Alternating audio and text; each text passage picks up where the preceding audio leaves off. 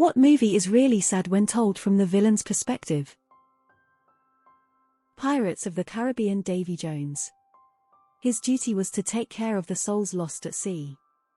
He did it knowing that his lover, Calypso, is waiting for him on the island since he can only set foot on land once every 10 years. After he did his duty for 10 years, she wasn't felt betrayed and descended into rage. His story ended when Calypso aided the other pirate lords against him. They beat him and stabbed his heart.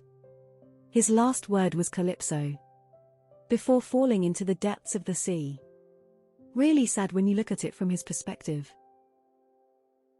Baby's father in Dirty Dancing. Dude just wants to have a nice family vacation. Mrs. Doubtfire, because imagine how scared Pierce Brosnan was when Mrs. Doubtfire tried to kill him with pepper.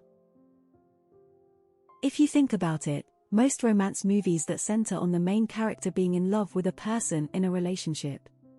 The villain is a person acting defensive and jealous because the main character keeps trying to make moves on their partner and their partner allows it.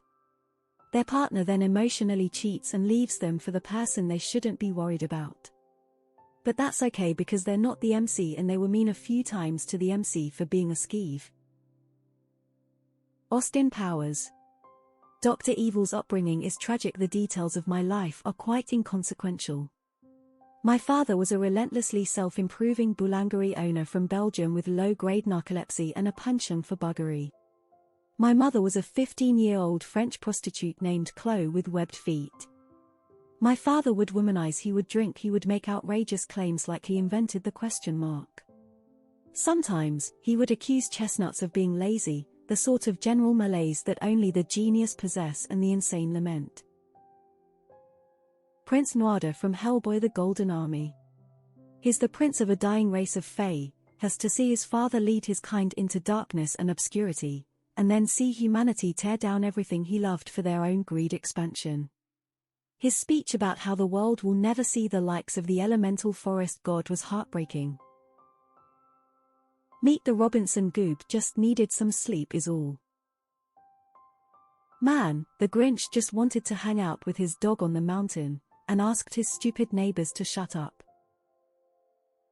B-movie. AB stole this man's girlfriend. Jaws. Bruce is just trying to be a shark, man.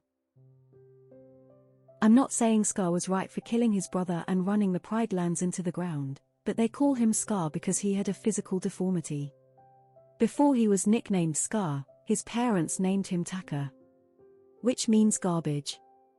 Oh hi. Let me introduce you to my son's king and garbage. How is that not setting your youngest up for failure? Not movie but Doofenshmirtz in Phineas and Ferb. Squidward from SpongeBob SquarePants. All he wants is some peace and quiet. The Land Before Time. That T-Rex just needed to eat. Kato from The Hunger Games. He's been brainwashed to believe that the games are an honor.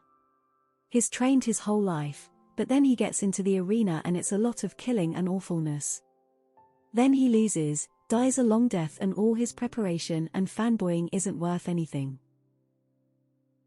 The bad people in us just want to live on the surface. Les Miserables. Javert was born inside a jail, and we see repeatedly how unforgiving Paris is to children without a support system and the destitute. He miraculously manages to work his way from that to a respectable middle-class job. And that's before Jean Valjean shows up and becomes the greatest failure of his career, eventually driving him to suicide. Blade Runner. And it works either way, if you see Batty as the villain or Deckard. The movie was pretty bad, but Gore in Thor: Love and Thunder was really sad. Meet the Robinsons. Peter Pan. Poor Captain Hook. Constantly taunted by a group of hoodlums who never want to grow up. Imagine the PTSD this guy has from losing a hand to a crocodile, then he's constantly taunted by these kids and their clock-filled buffoonery. I didn't see it in here, sorry if it's a repeat, but Batman animated series. It won awards, I think. Alien. Just trying to raise some kids.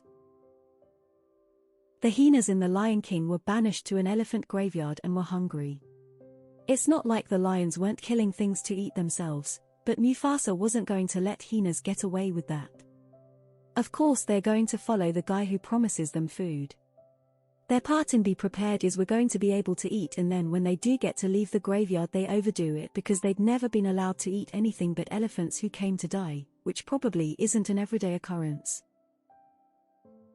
Mrs. Doubtfire. I can absolutely see why that mother was fed the fuck up with her ex. Billy Madison.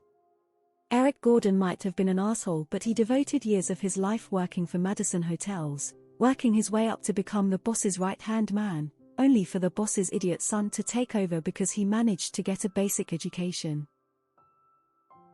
Final Destination. Death is just trying to fix a glitch in the system.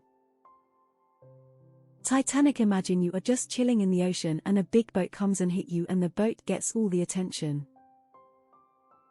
We bought a dam. The villain literally is a safety inspector and is doing a public service, making sure the dangerous animals you're keeping for public display are safe, secure, and not mistreated. Koba in Planet of the Apes. All he has been exposed to is cruelty and the worst of humanity. Then Caesar tells him he has to forgive humans and let them work on the dam. When someone has been abused and broken that badly, then told they have to ally and work with their abusers. It's no wonder he snapped. The book Between Rise and Dawn goes into a lot more detail, such as his trainer got drunk one day, slashed up Koba's face and then used a cigarette to blind him. Yeah, I gotta say that Despicable Me hit me right in the feels when you saw how GRU went from stealing an entire moon to being a dad. Who knew little yellow minions could make such an impact? Overall, 10/10 would ugly cry again. Spider-Man 3. Loki in the Thor movie. His whole identity was turned upside down. Sleepless in Seattle. Walter Bill Pullman. The guy is engaged to a woman he's totally into. He does cute shit for her and has plans with her for the future beyond, getting married. She acts super flighty and is pretty dismissive of him. He's understanding and kind. Then she abandons him to fly across the country to meet a guy she heard on a radio show and calls off the wedding to be with radio show guy. That'll do a number on anyone's psyche. Edit. Walter is not really a villain, per se. It's a rom-com. But he is the antagonist to Tom Hanks' character. The Grinch. Kung Fu Panda. Guy was built up his whole life to be the greatest kung fu warrior the world had ever seen, told by his father and mentor that his destiny was to be the Dragon Warrior. Then betrayed, imprisoned, and vilified when he just wanted what he'd been taught was his. Then dethroned by some outsider, and when he tries to win back his hard-earned place, defeated by dumb luck and magic. Der Doofenshmirtz. Dr. Freeze from Batman. Benedict Cumberbatch's Khan Noonien Singh in Star Trek Into Darkness. The Federation did him dirty. He just wanted to get his family back, but they were being held hostage.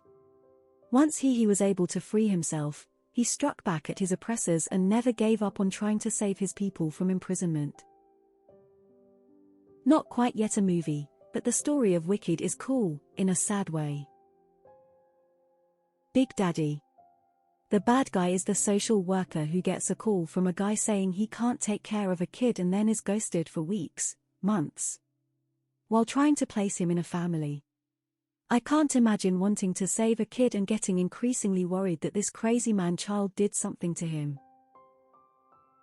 Aladdin is the story of a royal vizier who worked his way to the top, and needs to manage a clearly incompetent sultan and a princess whose idea of diplomacy is to sick her tiger on foreign dignitaries.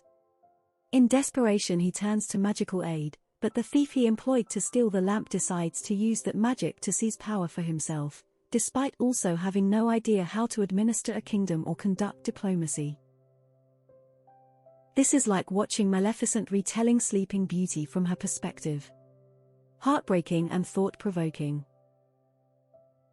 Law-abiding citizen dude lost his family to criminals and the justice system failed him. Tom and Jerry. They're secretly friends, but Tom has to hunt him and fail every time. One episode the homeowners wanted to swap Tom for a cat who actually would kill Jerry, but Tom tried to stop that. Pirates of the Caribbean. This pirate crew found treasure. It was cursed. They became undead, feeling nothing, tasting nothing. A shadow of their former selves. For some reason, everyone was trying to stop them becoming mortal, even though it would be easier for all parties to help them restore the treasure. Also, as most pirates are on the ship when the curse is lifted, they surrendered to the Royal Navy. They were all undoubtedly hung immediately after the credits roll. X-Men. Magneto was right and his backstory was very sad. Anakin Skywalker's story from the light side to the dark side was motivated by the love he had in his mother and Padme, but in the end, he can't save his mother and nearly kills Padme. He loses them both and ends up horribly disfigured in the confrontation with his lifelong master Obi-Wan. He has to suffer the rest of his life without his loved ones, and he now is more machine than man. He can't live without his suit. The tragedy of Darth Vader is incredibly sad. Toy Story 3. Harry Potter and the Half-Blood Prince. Imagine you're 16 years old. Your father is in prison. Your home has been taken over by a Nazi cult that you've been indoctrinated into. The leader of the cult is telling you to kill your principal, someone exceptionally powerful who could easily beat you in a fight, or he will kill you and your family. Frankenstein. Tai Lung of Kung Fu Panda. What about Bob, a psychiatrist-psychologist nightmare? Star Trek II: The Wrath of Khan Dude is allowed to live in peace and rule an untamed planet instead of going to prison. He's living his best life. His planet gets turned into a barren wasteland, wife and some family members die, and some get a nasty case of earworms. All because some toupee-wearing space douchebag never bothered to occasionally check up on them. Sid in Toy Story. Neglected, possibly abused child acts out his trauma, then gets further traumatized by possessed toys. Encanto. Family obsessed with keeping up appearances shun Bruno for simply telling the truth, that people naturally don't like to hear.